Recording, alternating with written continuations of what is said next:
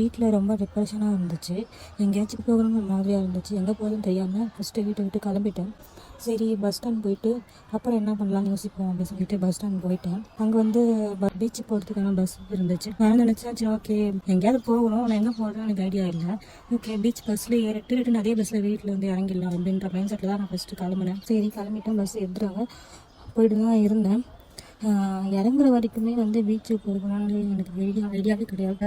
பீச்சுக்கு வந்துட்டு வந்து சரி ஓகே நம்ம எழுதுறோம் வந்துட்டோம், பீச்சுக்கு போயிடலாமே போயிட்டு வரலாம் அப்படின்ற ஒரு ஐடியா வந்து அதுக்கப்புறம் சரி ஓகே அப்படின்ட்டு அங்கே கிளம்பி தனியாகவே நான் பீச்சுக்குள்ளே போனேன். போயிட்டு அங்கே போனேன்னு பார்த்தீங்கன்னா அங்கே இருக்க மக்கள், அங்கே குட்டி பசங்க விளையாடுறது, அந்த காற்று, அந்த பீச்சு இதெல்லாம் பார்த்தோன்னே மனசுக்கு ஒரு அமைதியாக இருந்துச்சு. பீச்சுக்கு மனசு வந்து ஒரு அமைதியாக இருந்துச்சு. ஒரு மாதிரி ட்ரெஸ் இல்லாமல் இருந்துச்சு.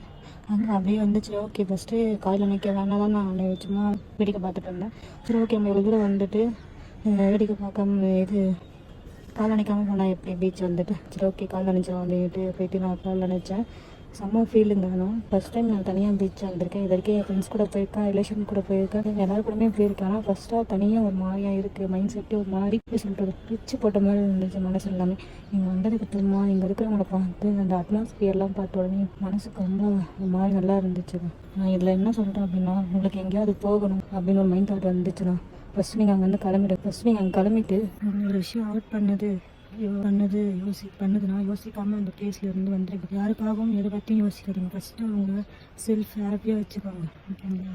அதுக்கப்புறமா வேறு என்ன முடிவுனாலும் எடுங்க. அது மாதிரி கோவத்தில் எந்த ஒரு டிசிஷனுமே எடுத்துறாதீங்க. கோவத்தில் எடுக்கிற டிசிஷன்ஸ் எல்லாமே நம்மளுக்கு தப்பாக தான் போகும். அதை விட்டுட்டு நான் வந்து கோயிலுக்கு உங்களுக்கு நியர்பை இல்லை கோயிலுக்கு போனாலும் ஓகே, இல்லை அங்கே எங்கேயாவது போகணும் மைண்ட் தாட் இருந்துச்சுன்னா கோயிலுக்கு போங்க, இல்லாட்டி பக்கத்தில் இருக்க பார்க்கு போங்க, அமைதியாக 2 நிமிஷம் உட்காருங்க, அவங்க சுற்றி இருக்கிறவங்கள பாருங்க. அதெல்லாம் பார்த்துட்டு அதுக்கப்புறம் அவங்க மைண்ட் ரிலாக்ஸ் ஆகணும்னு உங்களுக்கு என்ன விஷயம் பண்ணணும்னு தோணுதோ அதை பண்ணுங்க. இது வந்து என் லைஃப்பில் நான் நடந்தது, அதை தான் நான் உங்ககிட்ட ஷேர் பண்ணணும்னு நினச்சேன். பாய் பாய், நெக்ஸ்ட் வீடியோவில் சந்திப்போம்.